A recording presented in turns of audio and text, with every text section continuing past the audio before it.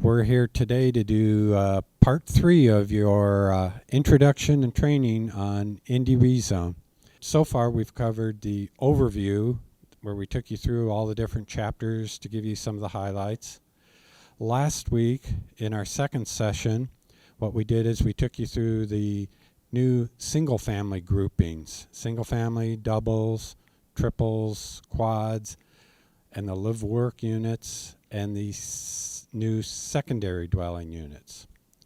Today, what we're going to talk about are the multifamily units. And this is a repeat slide, but before we pointed out in our current ordinance, we only have 3 categories of housing units. And in effect, multifamily is any structure with 3 or more units. Well, we've changed that a bit. And as we went through last time, we've got a number of single-family categories. We've got the live-work units, the secondary dwelling units, and now multifamily is any structure with 5 or more units. That's what we're classifying as a multifamily unit. And consequently, you'll find in the Indy Rezone where we've defined what is included in a multifamily structure, multifamily dwelling, and the key point on that is 5 or more dwelling units. That's when it falls into the category of multifamily. Now that we've got that new working definition of multifamily, what I'd like to go through first is an explanation and an overview of where are multifamily units permitted. And you'll find, similar to the single family and doubles, it's a little more complex than it is under our current ordinance. We've made that greater distinction across housing unit types. Consequently, where we permit these different types of housing units is a little bit different than what you've seen in the past.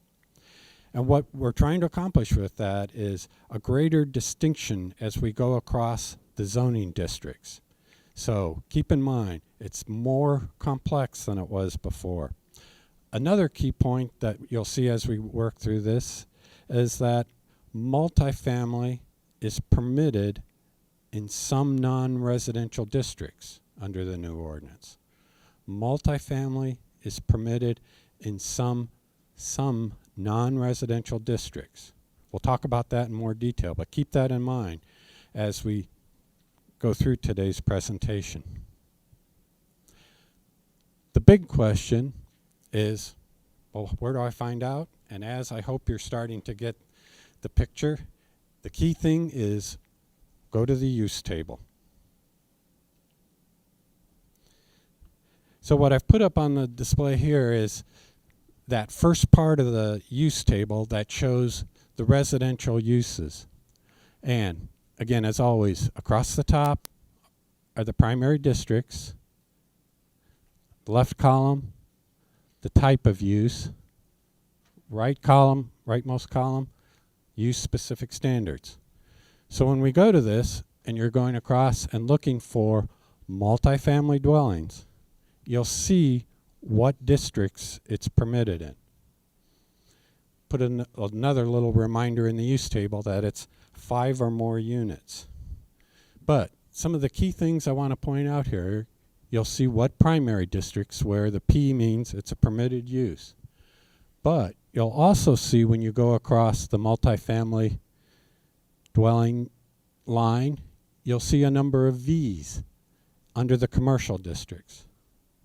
And if you'll recall, a V means it's a permitted use in that district if the building's been vacant for 5 or more years. Permitted if the building has been vacant for 5 or more years. Then you'll also see in the new mixed-use districts, MU1 through MU4, multifamily is permitted in all 4 of those districts. And then finally, in the primary districts, you'll see multifamily is permitted use in the 3 CBD districts. So in summary, you'll see multifamily dwellings permitted in the D6 through D10 primary districts, all of the mixed-use districts, all of the CBD districts, CBD 1, 2, and 3, and if the building meets the provisions of the vacant, most of the commercial districts, C1, C3, C4, and C5. But that's only if the existing building's been vacant for 5 or more years. Any questions on where the multifamily uses are permitted? Okay. Of course, I have to flash up the slide again about the vacant provision because it's new. Just want to make sure you're aware of it and understand it.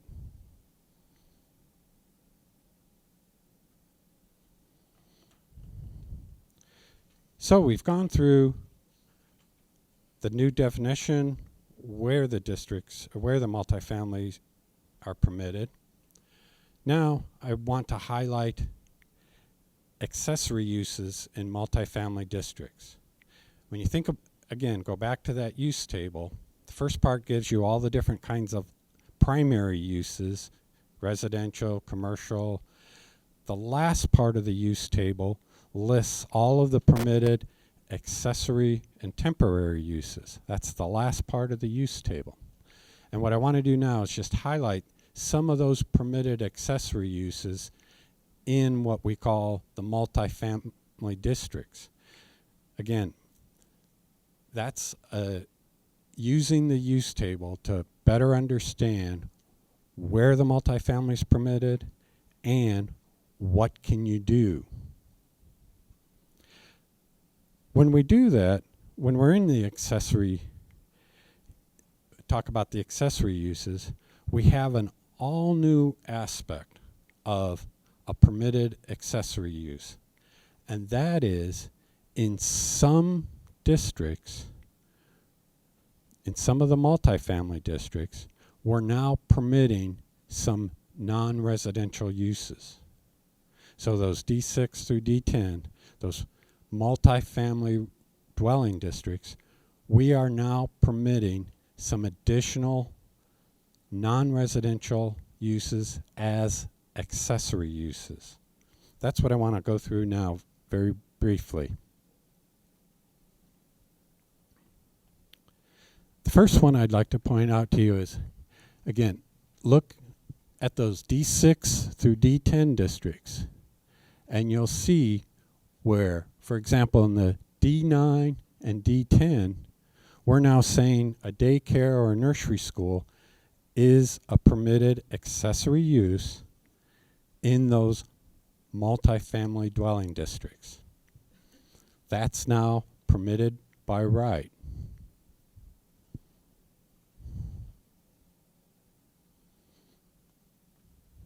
In this slide, again, an excerpt from the use table.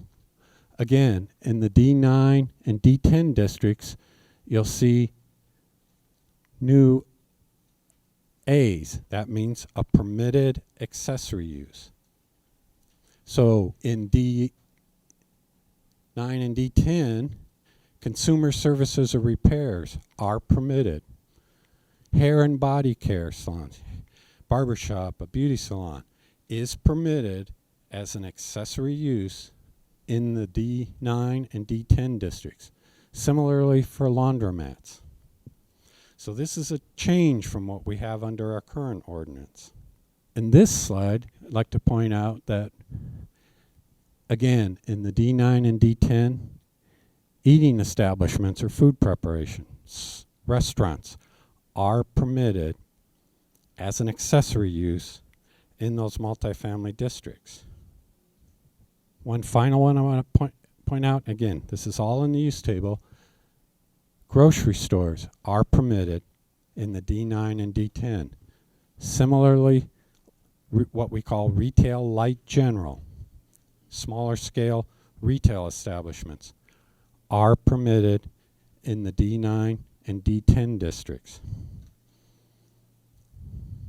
The key thing is, A, it must be accessory to those uses.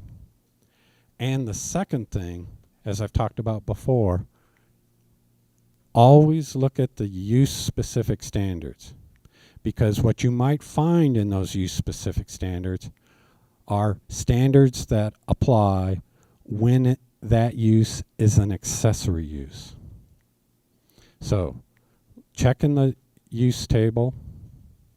You may find an A in an appropriate multifamily dwelling district, and then the third step, check the use-specific standards to see if there are special requirements when a grocery store is an accessory use in a multifamily district.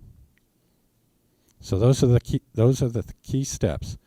Any questions on this expansion of what's permitted in the multifamily dwelling districts? Yes, that is correct. His question was the primary use has to be established before the accessory use is permitted, and that is correct.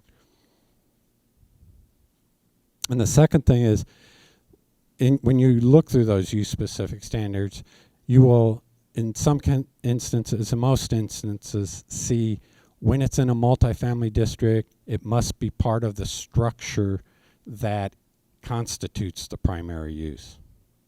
And there are often size limitations. So that's the key for this accessory uses that are permitted in the multifamily dwelling districts. Now what I'd like to move on to are the general accessory uses that are permitted in the multifamily districts. Again, the use table identifies what's permitted as accessory uses in those multifamily districts. And again, as you go through that, note to see if there are any use-specific standards. So what I want to do now is put up a couple of examples. And a reminder to everyone, these accessory and temporary uses are in the last part of the use table. If you've got a color version, they're highlighted in green. You can see on the one on the wall, these are the ones at the bottom of the larger use table. So when you're going across and looking in the multifamily districts, you'll see we list what's permitted. As an example, again in the D9 and D10, we're saying an ATM is a permitted accessory use. Childcare permitted in all the districts. Similarly, the radio antennas, game courts, home occupations, which we talked about last week. Those are permitted as accessory uses in all of the multifamily districts. A little further along in the use table, and you'll see some other ones that are added. For example, call your attention to, again, in the D6 through D10s, we're saying a pickup station for dry cleaning or laundry services. Just a pickup station. They can't actually do the work there. They can't do the cleaning there, but they can have a small office where people can drop it off. That's a new permitted accessory use in the multifamily districts. That's an example of what we've added. Similarly, we're explicitly making it clear that recycling collection points, the bins, are permitted in the multifamily districts. In this last example from the table, you'll see some other ones that have been added. The signs, obvious ones, swimming pools. We're making it clear that transportation facilities, for example, a bus stop, if they want to put a shelter, we're making it clear that those kind of uses are permitted in the multifamily districts. So again, look at the use table for what are accessory uses that are permitted. Keep in mind that we've changed a bit in that we are introducing and allowing some elements of non-residential uses. The laundromat pickup station, smaller retail, smaller grocery stores are now going to be permitted in the multifamily districts as accessory uses. But always look in the use table and you'll find it, as well as double check to see if there are any use-specific standards. Yes, sir. This might be a rhetorical question, but I was wondering if you said about use, can it be a detached, like grocery store or any use, or does it like have to be embedded in the multifamily structure? His question is, can that be detached? In most instances for the commercial type uses, when you look in the use specific standards, you'll see that it is required to be part of a primary building. But then some of the other ones, like the recycling collection points and that, we don't have that requirement. But generally speaking, those non-residential uses have to be part of a primary building. Okay, so we've gone through two different aspects of permitted accessory uses in the multifamily districts. Those non-residential, otherwise primary uses like grocery stores, retail, as well as the more conventional list of accessory uses, the game courts, home occupations. So the use table gives you all the direction you need in terms of determining what are the permitted uses in a multifamily district.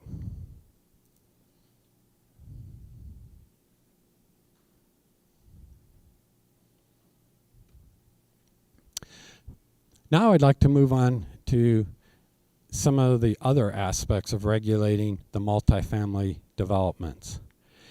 If you look back or think back to when we showed that first table that showed multifamily units, where they are permitted, and as a primary use, it's in the D6 through D10 districts.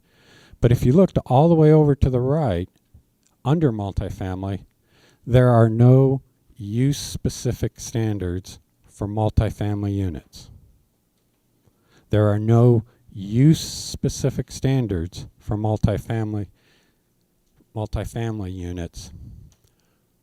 And what that means is we did not specify that if you have multifamily, here are requirements unique to that use. We didn't add anything like that. What we determined is in those multifamily districts, the permitted accessory uses and the development dimensional standards, that those are all we needed to regulate in those multifamily districts. So there are no use-specific standards for multifamily dwelling units. But what that means is the dimensional standards assume greater importance, and that the additional standards, the parking standards, the lighting standards, that's how we'll regulate multifamily developments. That's a key point, and what that means is when talking about multifamily developments, Chapter 744 becomes paramount in importance. When we're talking about multifamily developments, Chapter 744, which are all the dimensional standards, the parking standards, the landscaping standards, that becomes so important in the regulation of multifamily developments. So to that end, I want to spend some time making sure you know where to find the dimensions and that you understand sort of how to read the table. Like we did with the single family and doubles and triples, the dimensional standards are in a single table. In this case, it's table 744 201-2. So it's in Chapter 744, Article 2, Section 1, you have a separate table for the multifamily districts. As we go through these and as you read through them, please pay attention, because if you've worked a lot with the current ordinance, there are some changes. There are some changes, but they have not been as significant as some of the other districts. But there are some dimensional changes in the multifamily, and I want to highlight some of the most important ones. The other thing I want to make sure you realize with the multifamily districts. Remember last time we've talked about the compact and metro context area. And so for the DS and D3 and D5 zoning districts, there was a difference in some of the dimensional standards depending on whether the property is in the compact or metro area. For multifamily, there is no difference.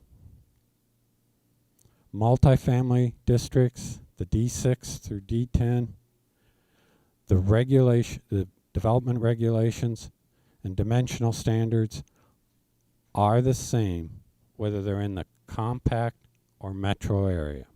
So when we're talking about setbacks, when we're talking about building heights, when we're talking about livability space, it's the same whether it's in the metro or in the compact area. So that's a key difference between multifamily and what we talked about last week. What I have up displayed for you now is an excerpt from that table, from table 744-2012.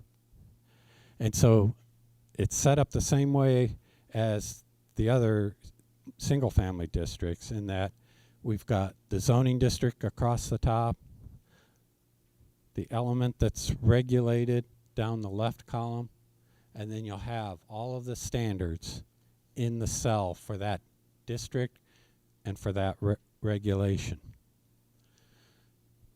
Now, what I'd like to point out, because this is one that you're going to have to use a lot, you're going to have to read and kind of develop your own knowledge of this table, but what I want to point out are a couple things. Sometimes you'll see a NA. In this part of the table, what that NA means is that particular regulation, item being regulated, is not permitted. For example, side yard on a lot with a single family attached dwelling. That's not a permitted use in the D9 and D10 districts. So you have the NA. Not applicable. You'll see that up higher in the table, and it's the same thing. There we're talking about doubles or triples. If it's not a permitted use, you'll see a NA in that cell. And just so you know, D11, to remind you, that's what regulates the mobile home areas. So you'll see a lot of NAs there. But not a permitted use, so not applicable.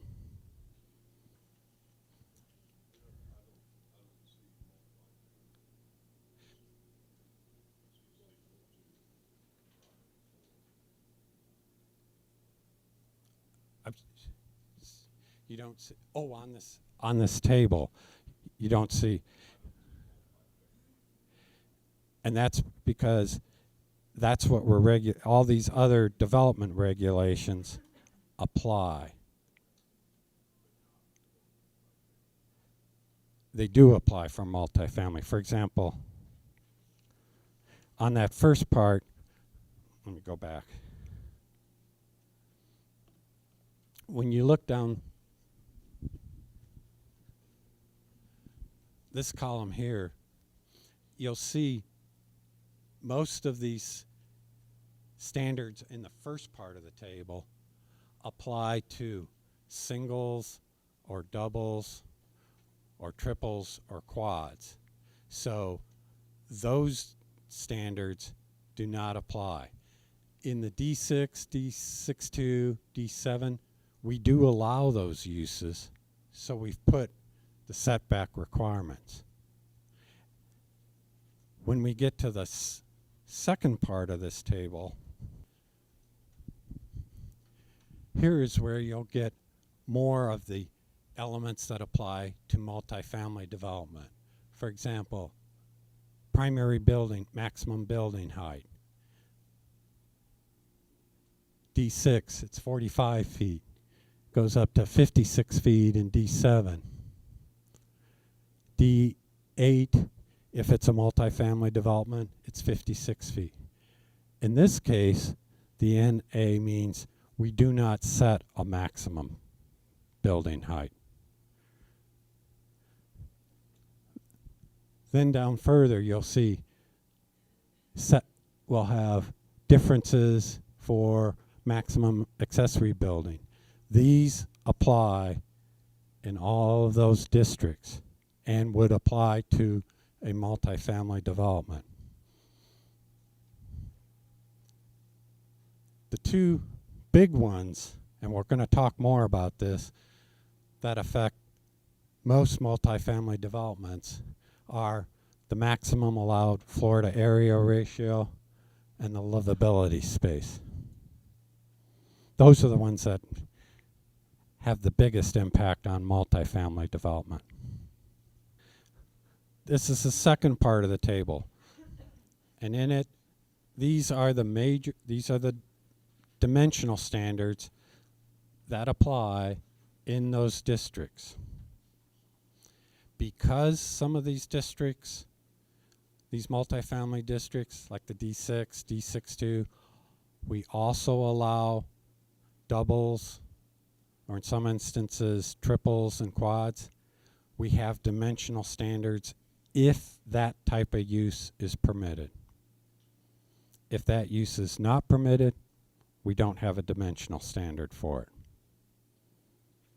So this is your primary go-to place for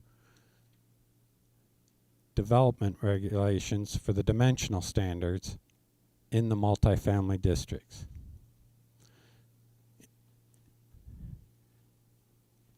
The last two items are key ones, and we're going to talk about these in more detail because there are some big changes from how we regulate those aspects right now.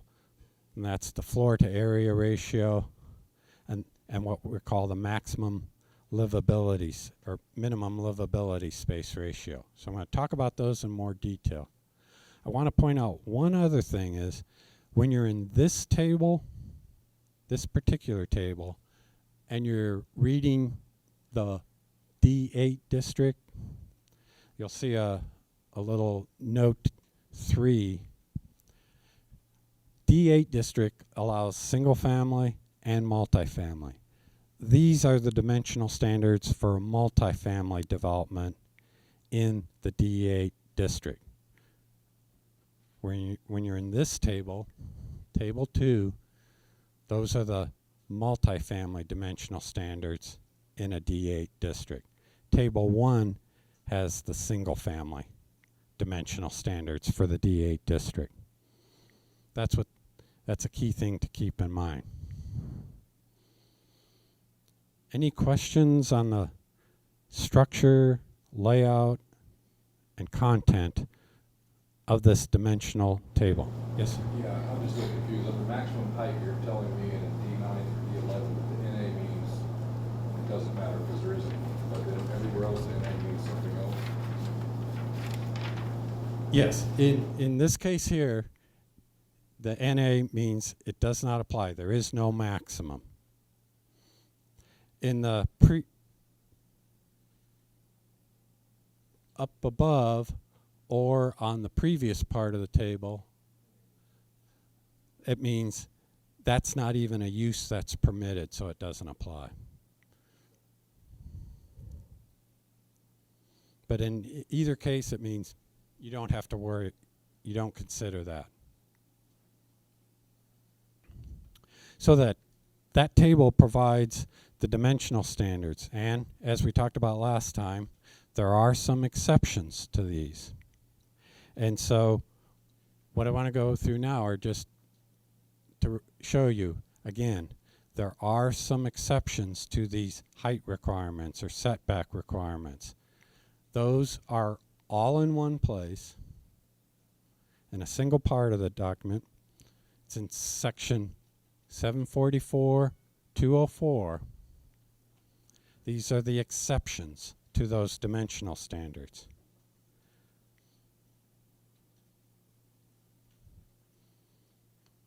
And if you're following along with your copy,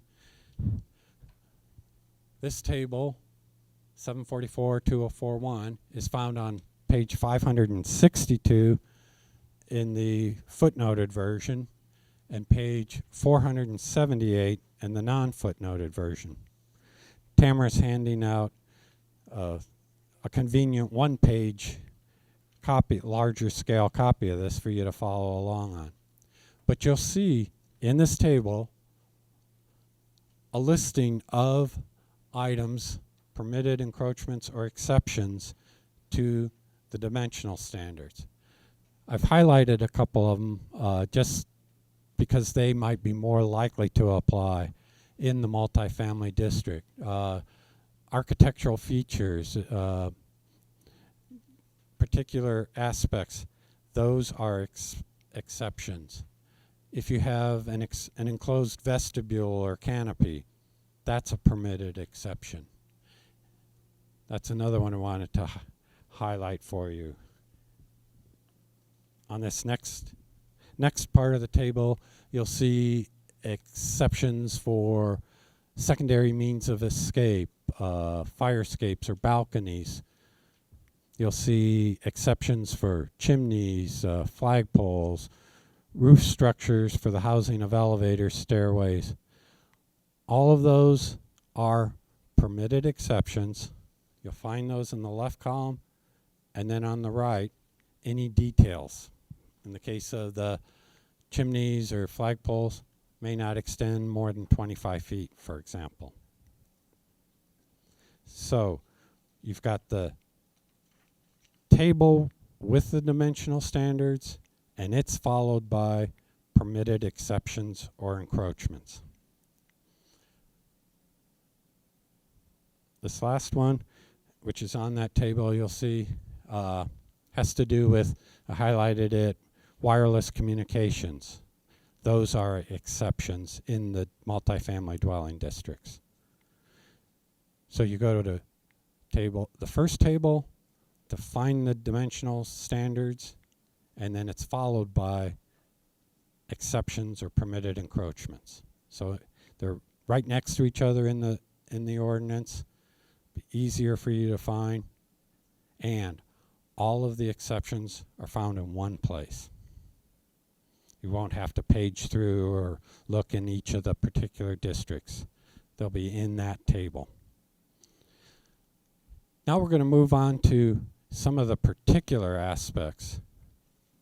And this is similar to what we talked about last week, in that today what I want to do is make sure you're aware of some of these other aspects that regulate, in this case, multifamily developments. I'm going to go through each of these, at least the first one I'm going to cover in some detail. The others I'm going to briefly highlight today, and only go over them briefly today because parking, landscaping, and lighting we are going to cover in a separate session. And then I'm just going to go over briefly the renewable energy because it's a repeat of what we covered with the single family. So here's what we're going to go through now. Floor area. Now this is not a new concept for you. And we haven't really changed the concept that much, but we've changed some of the details of it.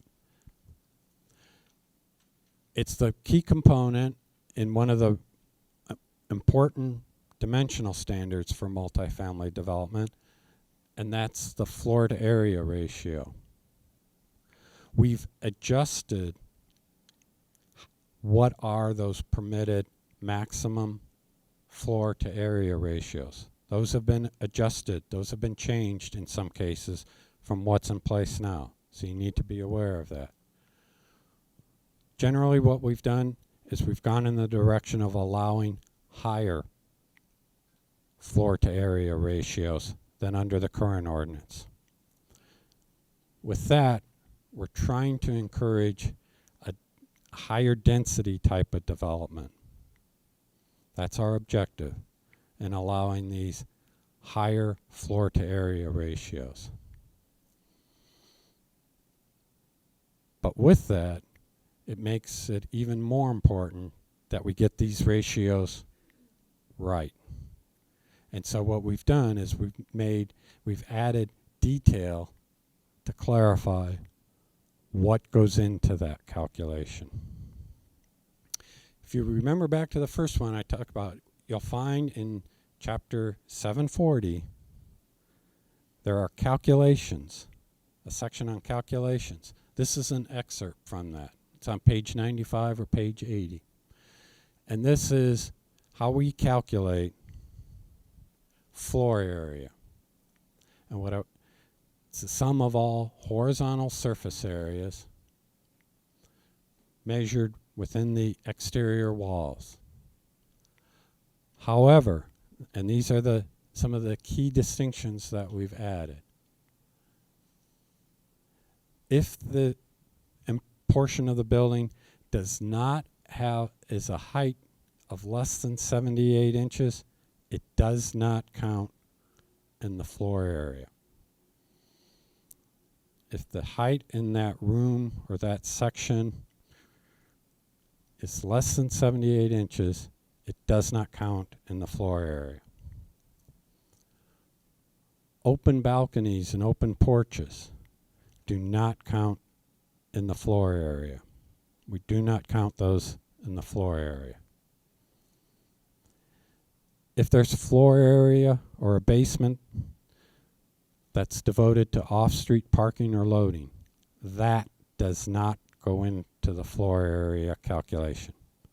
So we've made clearer what is and is not included.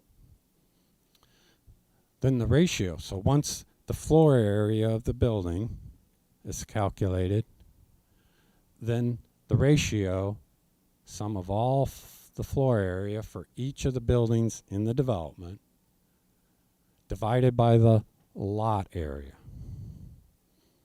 gives you your floor area ratio. And with this, it's a distinction and a change that we've made in that it's the lot area. We do not count a portion or credit for adjacent right-of-way under certain circumstances. That is gone.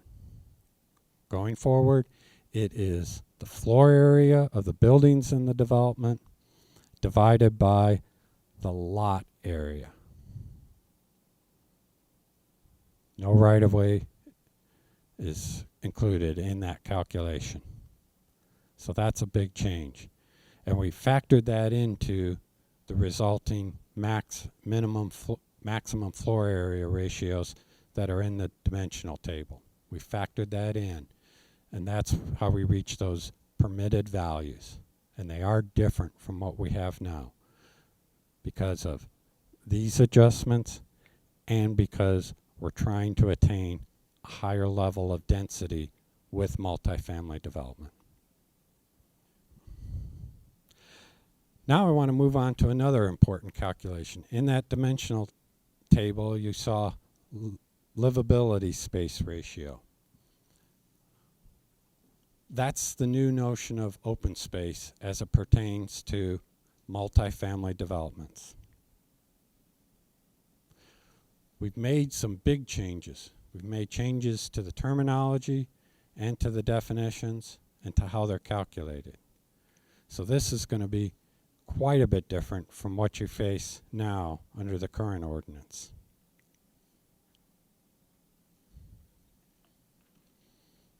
I don't know if you've had to do this much recently, but when you look at in the current ordinance for multifamily developments, we have 3 different calculations that are required. They have to meet a minimum open space, they have to meet a minimum livability space, And then there's a minimum major livability space. And these are 3 different calculations, 3 different aspects of a development. When we went through this and looked at it in detail and talked to some of the public and to some staff people, sometimes it's really hard to get all of these to figure out and to work. And for architects and for developers, sometimes it's almost impossible to get all 3 to work for development. So what we did is we went back, thought through what are we trying to accomplish with this, and distilled it down. So going forward, there will only be one calculation. A development will have to meet only one calculation. Not these 3 different ones, but just one. And that's the livability space ratio. Consequently, this is even more important that we get it right, that we are accurate in our determination of whether a proposed development meets it or not. So the table gives you what is the minimum livability space ratio that's required in a D6 or D9 or D10 district. What I want to go through here is how is that calculated? So livability space is the lot area minus total building area minus all vehicle areas plus covered open space plus usable roof area. For those of you that are more formulaic, I've translated that into a math equation that I think you might find helpful. And that is livability space is the lot area, that total number, minus the building area, plus any vehicle area. And I'll go into the definitions briefly. Subtract those out. Then you add back into that number any covered open space. And when we go through it, you'll see why you add that back in. Plus any usable roof area. You're adding those back in. And when we go through the definitions, I'll come back to this, and then I think it'll make more sense to you. So the definitions, we've got lot area. The parcel or the lot, the total area on which the development takes place. But it does not include any right-of-way. The building area, the footprint of all the buildings in the development. Vehicle area, this is a new concept that we've incorporated. And that's any covered or uncovered area that's used for parking, for driveways, for maneuvering, or for getting into the site. Any driveways, covered or uncovered. Open space covered. That is any land area that is exposed to the weather, but not open above to the sky. For example, a covered balcony, open to the weather, has a roof over it. That is what we call covered open space. If you have a picnic shelter on the site, open on all 4 sides, but has a roof over it, that is what we call covered open space. Usable roof area. You've got the building outline, but let's say on the roof, they've set up a common area, a patio area that's improved. So it's improved for use, but it's on the roof. That is what we call usable roof area. So these are the key definitions. Usable roof area, covered open space. So if you go back to that formula, the total lot area, subtract out the building area, the outline of the buildings, the driveways, the parking spaces, subtract those out. That's not usable livability space. But you add back into it, if you have any balconies that are covered and part of the building area, and any usable roof area, any part of the roof of the buildings, because that's livability space. Add those back in. That's the sum that you come to for livability space. Here's some other insights. You'll find these again in the chapter 740. Illustration to show you what we mean by building area. The roofed part goes into the calculation of building area. What I've highlighted are what does not go into it. Here we've got a deck that's 18 inches or higher. That's part of the building area. An in-ground pool, that is not part of the building area. Highlighted, what is excluded? Building area does not include improvements at grade level or within 18 inches of grade level. That does not count in the building area. Consequently, it is part of livable open space.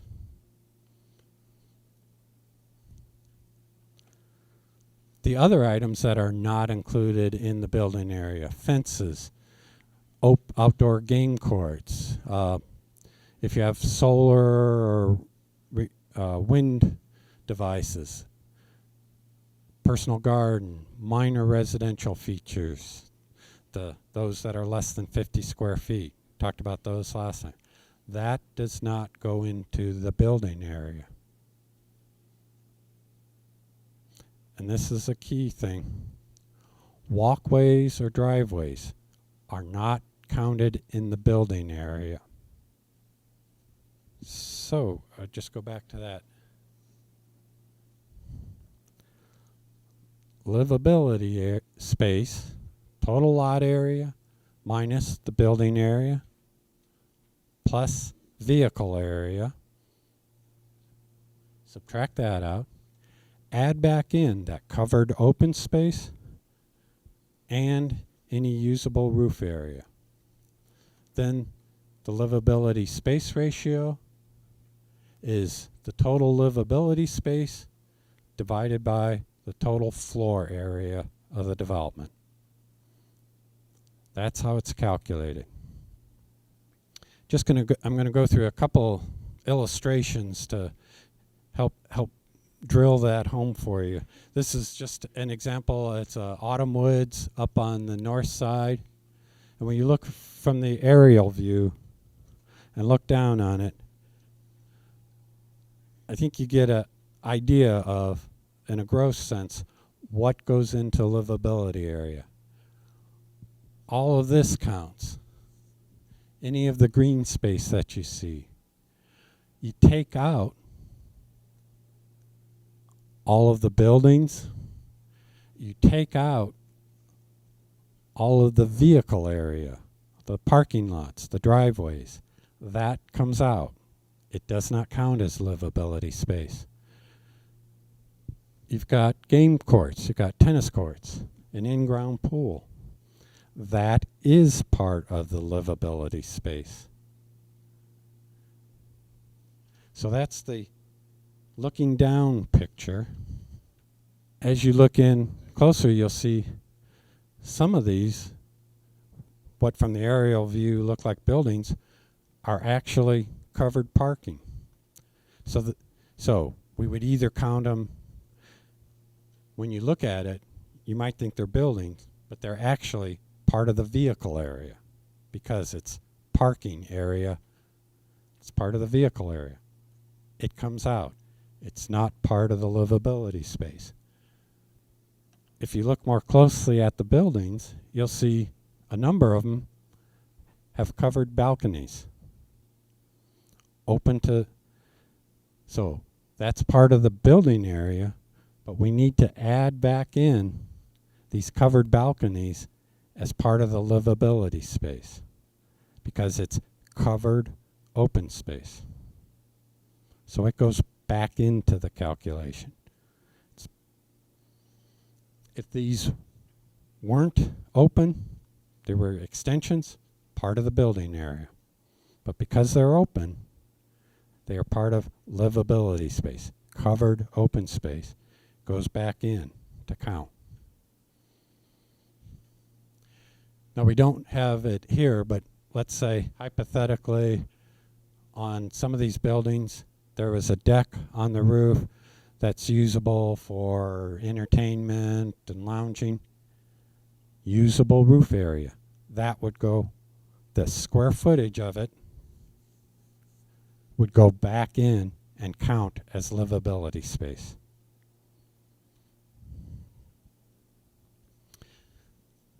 Yes?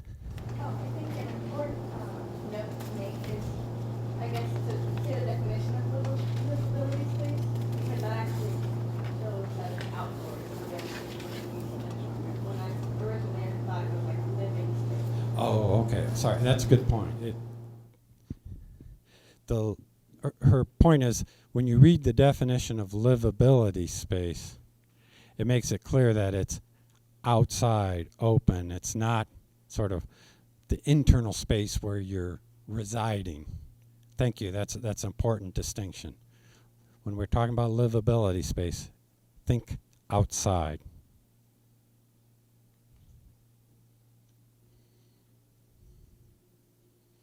Any other questions?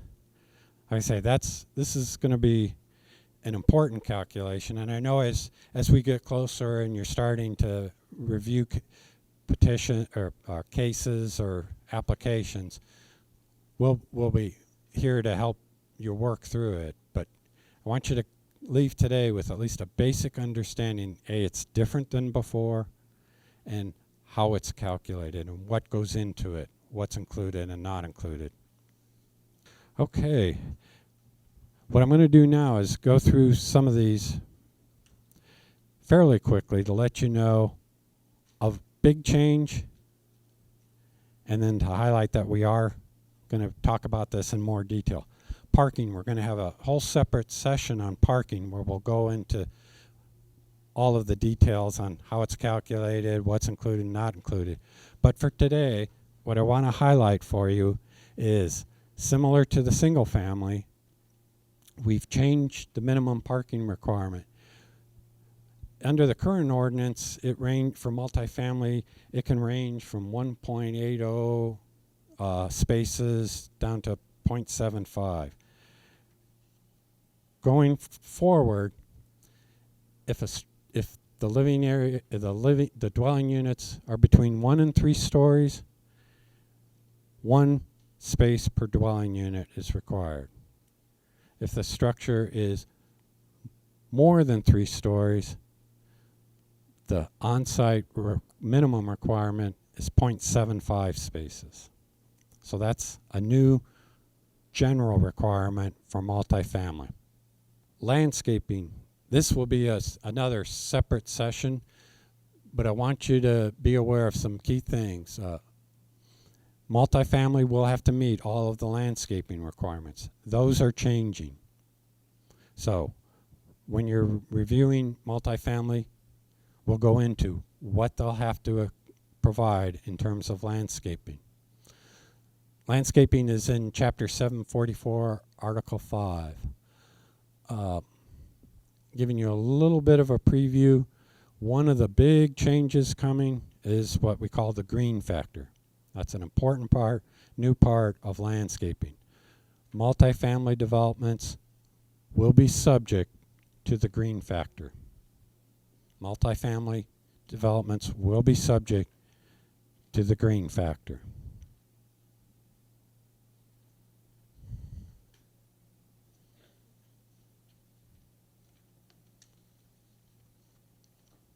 Lighting. We've added lighting requirements, lighting standards. Those will apply to the multifamily developments. We are going to cover this in more detail later, but for now, I want to make sure you are aware of at least the basics, and that is pedestrian entrances will have to have lighting provided. That's a requirement. And if you have multifamily, they will be subject to lighting requirements for parking areas, walkways, and exterior uses. That's a new requirement. We'll talk more about that later, but be aware that that's a new requirement for multifamily. The last thing I want to highlight, and this is a repeat of what I put up for the single family doubles and triples, and that is we made it clear that renewable energy is a permitted accessory use in the dwelling districts, including solar and geothermal, as well as wind facilities. But they do have use-specific standards. So you can put these facilities in place on a multifamily development, but they do have to meet the use-specific standards. And they are also covered, some of these are also covered in the exceptions table that I pointed out earlier. But renewable energy, we're trying to encourage it, and so it is explicitly a permitted accessory use in the multifamily developments.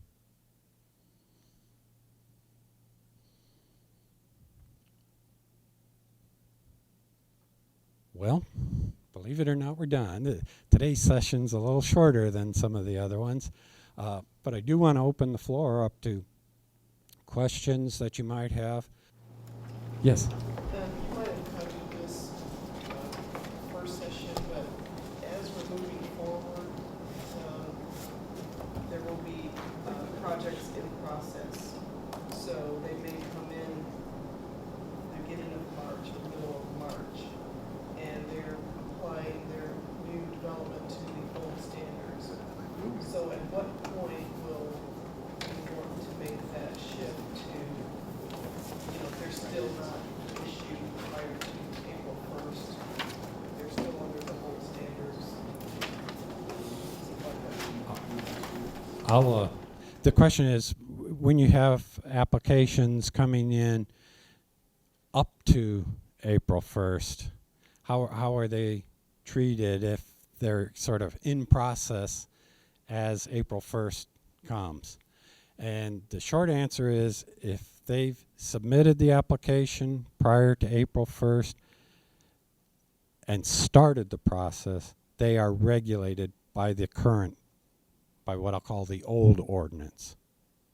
If they come in on April 1st, and that's when it's initiated, the new ordinance applies. But even if they come in late March, and it'll take several months to work its way through, they are still regulated by the old ordinance. I want to make sure I got that. Yeah, that's correct, except I want to add one thing. If they do come in and they are in the process, say in March, and they decide, well, wait a minute, I think I would like to be governed by the new ordinance. If they wait till April 1st, they can be governed by the new ordinance.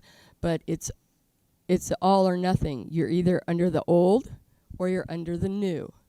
And so I mention that because many people have been holding their projects and waiting for April 1st to arrive because they do want to be under the new ordinance as opposed to the old one. Thank you for that question. Any other? Hearing none, thank you very much for your attention, and have a good day.